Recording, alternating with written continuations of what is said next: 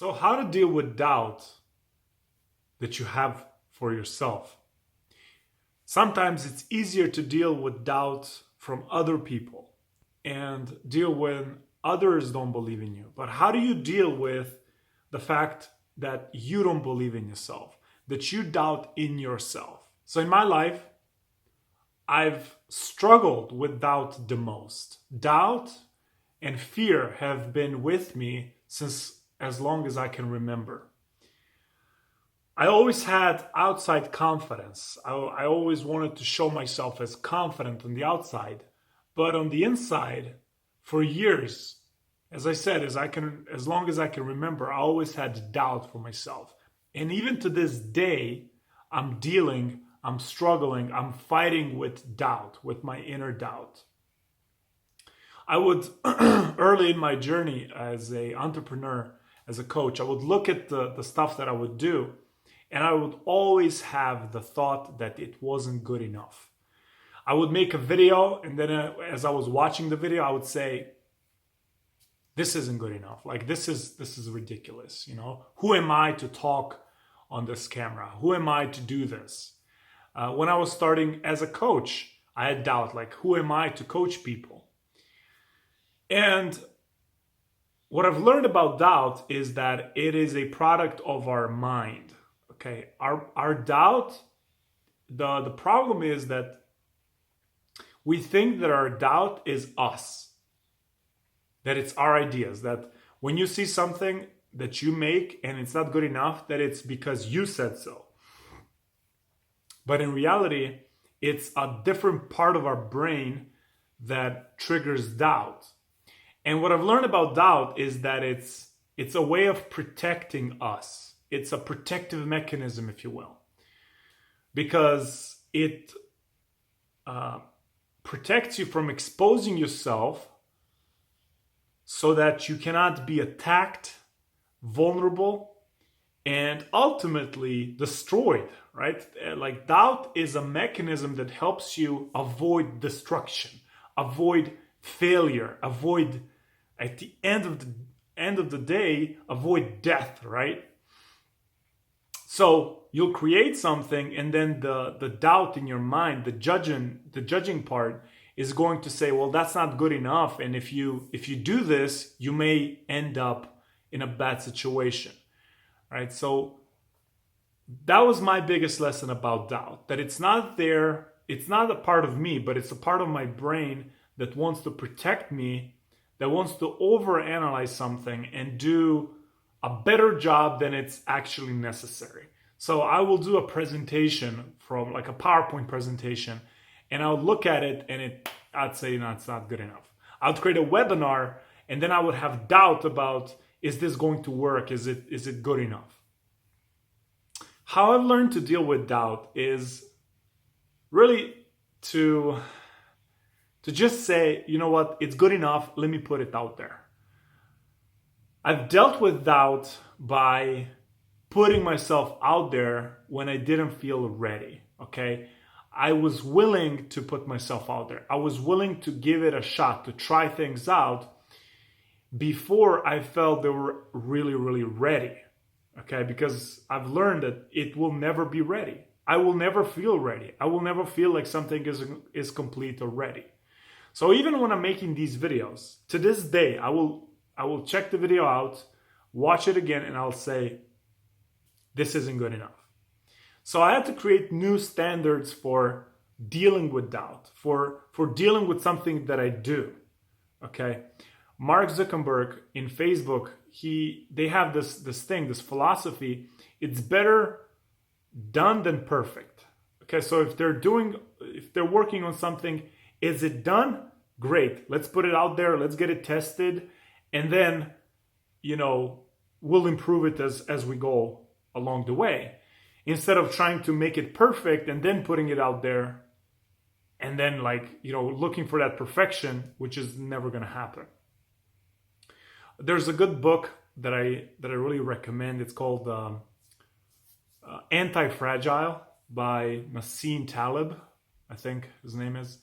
And in that book, he talks about how things have to go through a period of fragility in order to become more solid. Okay, so he gives an example of airplanes. Airplanes weren't the safest transportation in the beginning, and every now and then you have a plane that crashes, right? But the crashing of the plane then teaches, as cruel as this sounds, but it teaches the next developer, or it improves the next plane. They study why the plane crashed, and then they improve the next plane, so it's less likely to crash because of that same mistake. If you watch the how they investigate plane crashes, it's just fascinating. I remember one time I watched this plane that crashed and how they investigated it, and it was like some stupid thing, like the intake of the fuel was in the wrong side of the plane, and that caused freezing, or it caused an explosion for stupid reasons. So that's how they take that mistake, even though 200 people died, but then they take that mistake and they improve the next plane.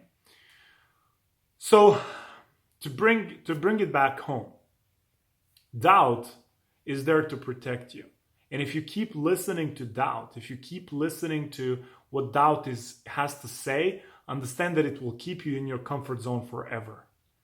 Okay, but if you are willing to put yourself out there to do the thing, even if you don't feel like you're ready, like you're good enough, like the thing that you're doing is good enough, if you're just willing to put yourself out there and test it, see the initial response, just like Facebook does, then you can take the feedback and improve it. Okay? Just want to leave you with one final story. When I was training to be a salesperson, I remember in the company that I was at, we had this convention of 200 people, and the main person who was conducting the seminar in the convention, he said, "Who would like to come and show us a demonstration of how he does the presentation for the product?" And no one raised his hand except me. I raised my hand as high as I could, and I said, I volunteer. Everybody were like looking at me, and I went over there and I did my presentation in front of 200 people. And I kid you not, at the end they gave me feedback. I was like a sheep among wolves. I was torn apart. They would say, "This is a horrible presentation. You did this, your feet are like this," and then you stuttered and you weren't really decisive. And I felt like they were punching me in the head, right? Like I was, like bullets were flying to me. I felt like, oh my God, like I was so hurt. However, I did one thing. I wrote down every single thing they said. Every single thing. I dropped my ego down and I listened to everything they said. And I made a list of the things that I need to work on. 2 months later, the same convention happens. Again, the same question: who volunteers to do the presentation? Again, no one raises their hand.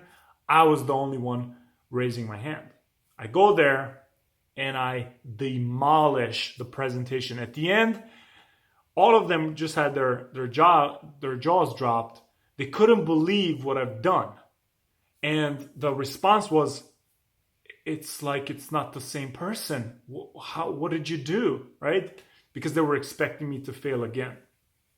So my point with this is that you want to use feedback, you want to use failure as a way to get feedback and then improve, instead of trying to hit it perfect the first time. So whether it be something that you are trying to do, maybe you want to start a new career, maybe you want to get into a relationship, or like a new relationship, maybe you want to make a YouTube video or a Facebook video or an Instagram video, whatever it is, you're going to have doubt, right? Maybe you want to go and talk to that girl, go and talk to that guy, and you want to start a conversation, but you're afraid of rejection, you're afraid of failure, you're doubting yourself, you're afraid if people will laugh at you, maybe it's not good enough, right?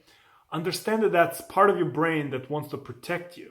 It's a million years old mechanism. It's not made to make you happy or make you successful. It's it is made to help you survive.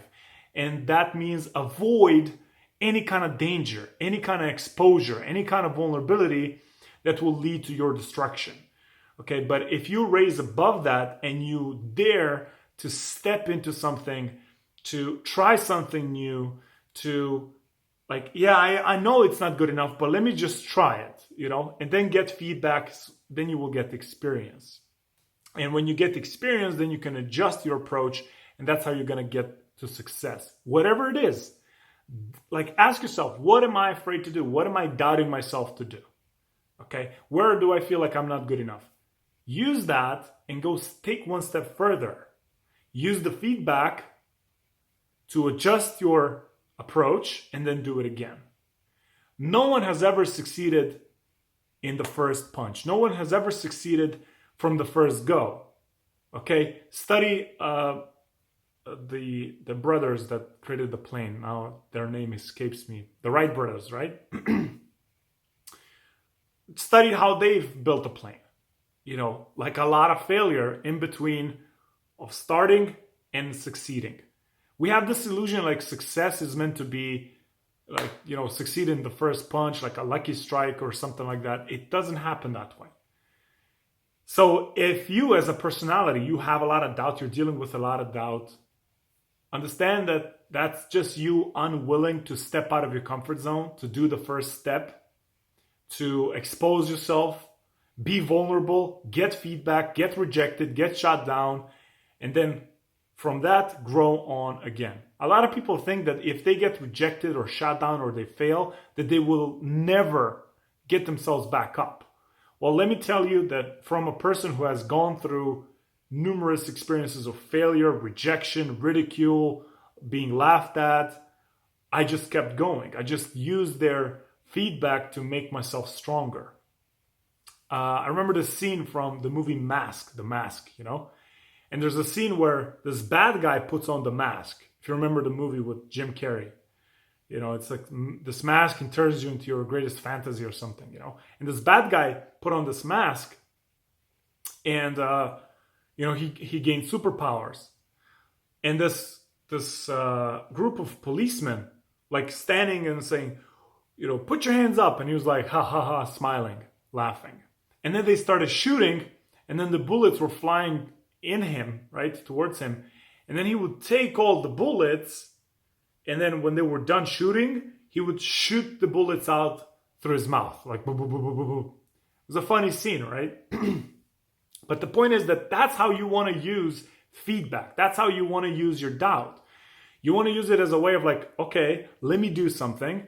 And then when you get feedback, throw it back. Learn from it and do the thing that you wanted to do.